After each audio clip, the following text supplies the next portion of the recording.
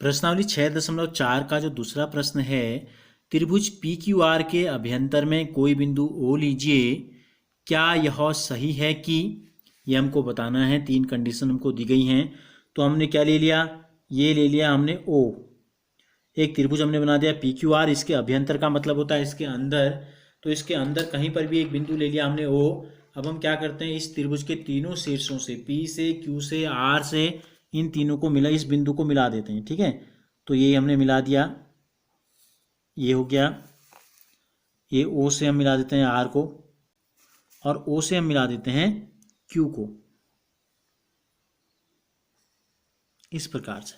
तो क्या हो गया, अब देखो एक त्रिभुज के कितने त्रिभुज बन गए, एक त्रिभुज के बन गए हमारे 3 त्रिभुज। अब हमको ये बताना है O P, O Q, P Q. देखो O P, O Q, P Q किस त्रिभुज में आ रहा है, त्रिभुज ओ पी क्यू में। तो जब हम इसको हल करेंगे तो हम लिखेंगे त्रिभुज ओ पी क्यू में।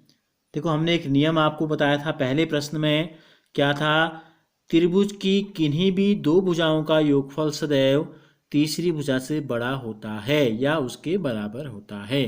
तो तीसरी भुजा से बड़ा,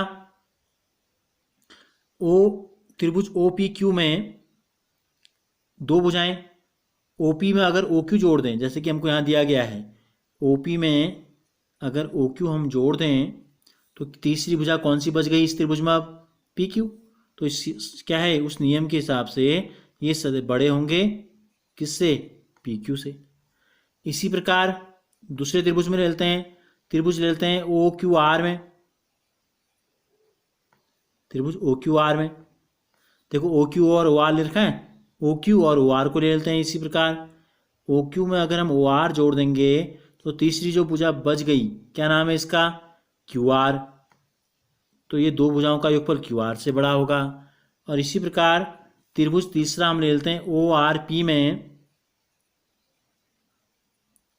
2 भुजाएं, ओ आर में अगर हम जोड़ दें ओ पी तो कौन सी भुजा बच गई, पी आर, तो पी आर से बड़ा होगा। तो ये 3 चीज़ें हमसे पूछी थी। देखो ये तीनों क्यों हैं बराबर, ऐसी कंडीशन क्यों है, क्योंकि हम इसमें लिख देते हैं, यहाँ पर शर्त लिख दें, जो नियम था वो नियम इसके पीछे लिख देते हैं। त्रिभुज की किन्हीं भी 2 भुजाओं का योगफल, किन्हीं भी 2 भुजाओं का जो योगफल है तीसरी भुजा से बड़ा होता है, का योगफल तीसरी भुजा से बड़ा होता है। तो ये नियम हमने इसमें लगा दिया।